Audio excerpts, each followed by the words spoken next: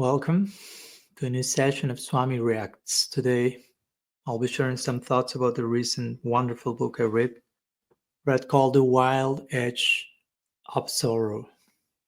So you can see it being with lots of notes to share with you. By Francis Weller. Subtitle of the book, Rituals of Renewal and the Sacred Work of Grief. So this is interesting because I read this book a few days ago, since I'm recording this video, of course, this is in July 12th. But now I recall that this was recommended to me by one of my dear friends, Jai Jagannath Prabhu, last year when we were having our retreat in Michigan. And he mentioned this book in the context of the importance of rituals and grieving and how to ritualize grieving and make that part of not only our life, but our community. And then somehow his recommendation stay with me, but I didn't come up on the book. I read other things. And a few weeks ago when I was visiting New Mexico, and I was in Santa Fe in particular, visiting Rabbi Nahum, where I live, we were talking about, he has a huge library, and we were talking about different themes and different books. And at one point told me, Swami, there's one book you have to read. I say, well, which one is this? The Wild Edge of Sorrow. So I got it. Literally, I got the message and I got the book. I do not repent anything. I just mark a lot of things in the very first pages, as you can see, but there's so much more to mark, but I couldn't make this video whole eulogy of every page of this book. But this has been so far one of the most touching books I've read this year, and probably beyond this year. Very important, very fundamental, and on a topic that I've been exploring and thinking about a lot during the last years of my life, especially after going myself through so much grief and suffering and loss and experiences of betrayal and things like that, and what to do with that, right? How to process the experience in a way that doesn't end in resentfulness, in bitterness, in repression, in denial, in exaggerated positiveness, and in the name of being happy, we end up being a harmony junkie and lose nuance by not integrating grief into the picture, right? So it has, and I'm not saying I've done it or I'm doing it perfectly, but it has become very clear in time that there's something to be done about grief. And I, of course, recently, the very first book I shared in this series was The Theory of Things by Father Richard Rohr, which is a lot about sadness and grieving, and how behind anger, many times we have grief. And that grief needs to be acknowledged. We need to touch upon those sections which makes us the most human, which makes us connect and bond in the context of grief. So I like to share different sections. Of course, again, as you can see, I marked so many sections of the book just to give you a glimpse of the different perspectives of griefs that the author gives, which is from many places, of course. To give you an example of the names of the chapters: on apprenticeship with sorrow, to and from the soul's hall, 5 gates of grief, stories of sorrow, rituals of renewal, silence and solitude, drinking the tears of the world, entering the healing ground, different practices, different exercises, meditations, rituals to, make the implicit explicit, make the unconscious conscious. And we all need to grieve, brothers and sisters. This shouldn't be a foreign emotion to any of us. In fact, in our own tradition, grief, it's an eternal emotion. There's something to cry about, of course, in the context of the lila and divine love, but still there are tears, still there is crying, still there is suffering, still there is grieving of some sort. So we should become familiar with this emotion. We should culture some emotional intimacy, and grief should be one of those. Because the moment we repress, we deny, we cancel one single emotion, any single emotion, we are doing the same with everyone else, with all the other emotions. It's not that we are repressing grief, and we are selectively keeping in place all the other emotions. Generally, when we are indifferent with one, we are indifferent with the rest, and our whole emotional spectrum becomes reduced. So, for example, and of course, with a big dose of sobering awareness, the author says, we live in a grief-phobic and death-denying society. What Yudhishthira Maharaj said in the Mahabharata, right? The most astonishing thing, everyone is dying and nobody's acknowledging that. Or we can extend the idea, everyone is grieving or has reasons to grieve. They're not doing so. Consequently, by living in a grief-phobic society, grief and death have been then relegated to what psychologist Carl Jung called the shadow. So instead of becoming in the light of awareness and the conscious, by being fearful of contacting our grief, that goes to the shed, to the shadow side of our identity. That thing that still is there, still is affecting us, but not in the most integrated way and without us being aware of that. Whatever we put into the shadow, Francis continues, doesn't sit there passively, waiting to be reclaimed and redeemed. It regresses and becomes more primitive. For example, he's speaking about death denial. When we deny death, how that denial plays out, he says, therefore we have death, consequently death rattles through our streets daily in school shootings, suicides, murders, overdoses, gang violence, or through the sanctified sacrifice of war death. So again, still we are talking about death and a repressed death and a lack of intimacy with death, or again, grief. And that plays out in unhealthy ways, destructive ways, non-redemptive ways.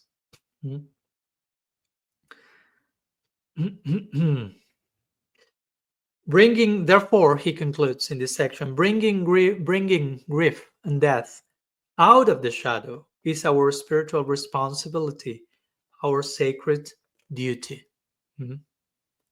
So it's a dharma that if especially we have relegated grieving to some hidden part of our subconscious, especially for men, I will say, right?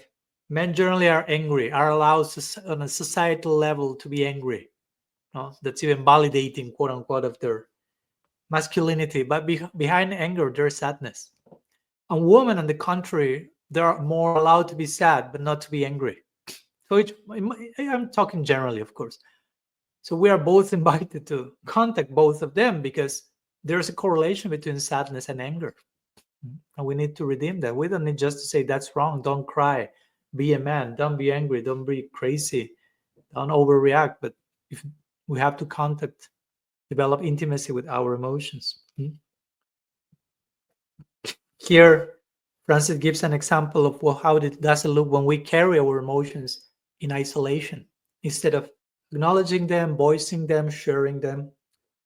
When we are forced to carry our sorrow in isolation, or when the time needed to fully metabolize the nutrients of a particular loss is denied, and we are pressured to return to normal, quote unquote, too soon. At that time, we are told to get on with it and get over it. The lack of courtesy and compassion surrounding grief is astonishing, reflecting an underlying fear and mistrust of this basic human experience. We must restore the healing ground of grief. We must find the courage, once again, to walk its wild edge. So from there comes the name of the book, of course, The Wild Edge of Sorrow. It's wild. Grief is a very intense emotion. As you can imagine, when you see someone sobbing or weeping, allowing themselves to express their grief, it can get intense. It should get intense, especially if you have repressed that for so much time. And in a spiritual context, that's healing. Proper grief in a proper context, communally, as we will read in a minute, we cannot grieve by ourselves. Traditionally, ancient villages, they will gather, hold sacred space, and receive the grieving part, knowing tomorrow it will be my turn, because we all take part in healthy grieving. And there is so much to grieve about. As the author will say, not only things that happen to us individually in our lives, things that are happening to other people near to us, things that are happening on a macrocosmic level, to the earth, to nature, species that are being lost. We should grieve about that. Many times we are numbed to all these losses that we have inherited through our ancestors, ungrieved parts in our ancestry that still are present with us unconsciously. And we need to redeem that connection by learning to grieve ourselves. Here, Francis describes an elder in the context of someone who knows how to grieve. He says, an elder is able to touch grief deftly and is able to craft sorrow into something nourishing for the community. Again, try to translate this as guru. The scripture will say, if a guru has not suffered, mistrust him or her. Teacher and grief specialist Stephen Jenkinson, another very special person, says, hold your sorrow to a degree of eloquence. Hold your sorrow to a degree of eloquence, whereby everyone around you will be fed by your efforts to do so. It's not easy. It's hard work, but it's possible. And when you do so in a virtuous, eloquent, coherent way, everyone else who is witnessing your dignifying holding of the grief will be fed and nourished by bearing witness to such a miracle. So grief is not something to hide, not something to repress, to escape from, but something to express in a way that can be nourishing for the rest of the community.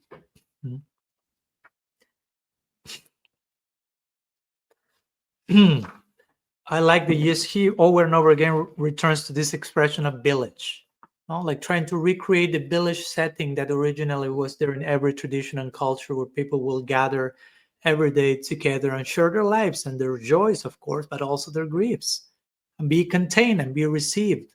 It takes a village to raise a kid, as they will say. Nowadays, it's very complex. We live in a hyper-individualistic, fragmented society. Sometimes parents are divorced. What to speak of raising a kid, just one parent, one mother, or whatever. But in the past, we have this support of a whole village. And somehow the invitation is to craft a village, to show up for each other, to have a sangha, to have a community, to have a circle, brothers and sisters, in which we can be naked and vulnerable and show up courageously, be heard, be received, and grieve. At least one of the aspects of sharing our hearts, when Rupa Goswami will say, Dadati Prati Grinati, give gifts, receive gifts. He doesn't necessarily mean physical gifts. Reveal your mind in confidence. It can be, all that can be grieving, feeding each other, giving prasad, giving grace. Grieving in its genuine way is feeding everyone else, and you are being fed by being able to share that with others as well. What else? Yeah, there are so many sections. I don't want to go too long because there's so much to share. He speaks of grief shrines, making altars of extinction, like portraying all the things that we are losing, whether it's people in our lives, species in our planet, and learning to verbalize, to put that in a concrete way and learn to make that concrete and express that to us. Then he has this chapter called The 5 Gates of Grief. So he describes different gates that we need to go through grieving. Of course, the most obvious one is the immediate. He will say, we are all familiar with the first gate of grief, which is the sorrow we experience with the loss of someone or something we love. The other 4 gates receive virtually no attention in modern society. Consequently, the grief that accumulates at these thresholds remains untouched, and we feel the growing wave of unattended sorrows. This is often misdiagnosed as depression. He has a point there.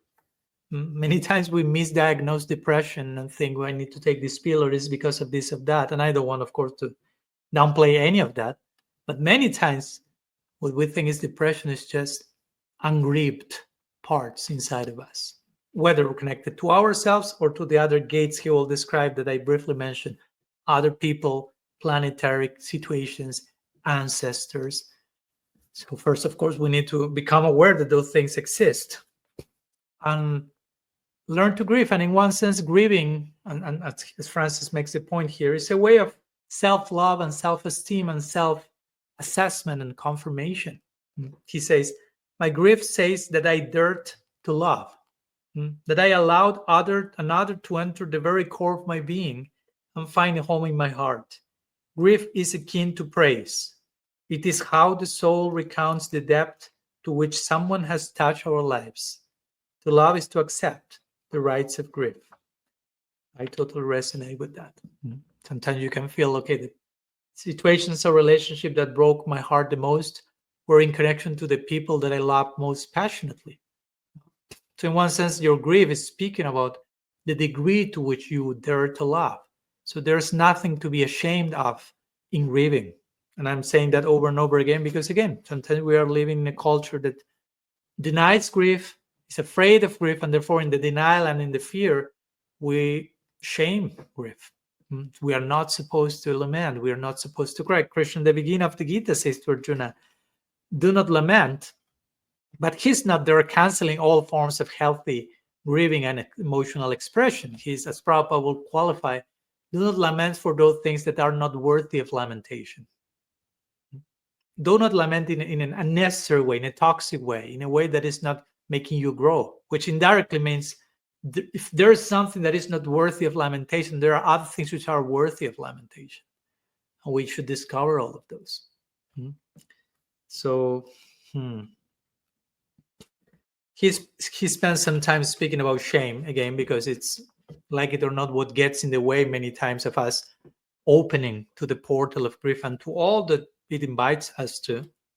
Let me share a few words that he mentions about shame, because I think this is all this is an art inebriety 2.0, in my opinion. Speaking about shame, what gets in the way, what doesn't allow us to be fully human, and grief, which is one of the most human emotions. When you witness someone grieving, it touches you like no other emotion, probably. So he says, he gives an example and say, I recalled an experiment making rock candy in my high school chemistry class. I'm sure many of us share this memory. I never did that, but probably you did here in the US at least. But for those who don't, the experiment involved taking a glass of water, tying a string to a pencil, and placing the string in the water. Then we slowly added sugar to the water, creating a solution. Nothing happens. And then, when the saturation point is reached, the sugar molecules begin to crystallize around the string. I thought, this is how it is with shame. We can endure a certain number of times when the connection is broken between us and the people we love and need. We can digest a certain volume of disappointments and criticism, but at some point, with enough repetition, the internal stories associated with those events reach their saturation point, and the fictions crystallize into things that feel like truths. So, shame, that's the story shame says. No longer I did something bad, I am bad. I become that thing. One more part in this connection. He says, shame closes the heart to self-compassion. We live with an internal state best characterized as self-hatred. In order to loosen shame's grip in our lives, we need to make 3 moves. And this is all connected to grief. Don't lose sight of the bigger picture. The first is from feeling worthless to seeing ourselves as wounded. We're all wounded. The second emerges from the first, and it's a shift from seeing ourselves through the lens of contempt to one of budding compassion.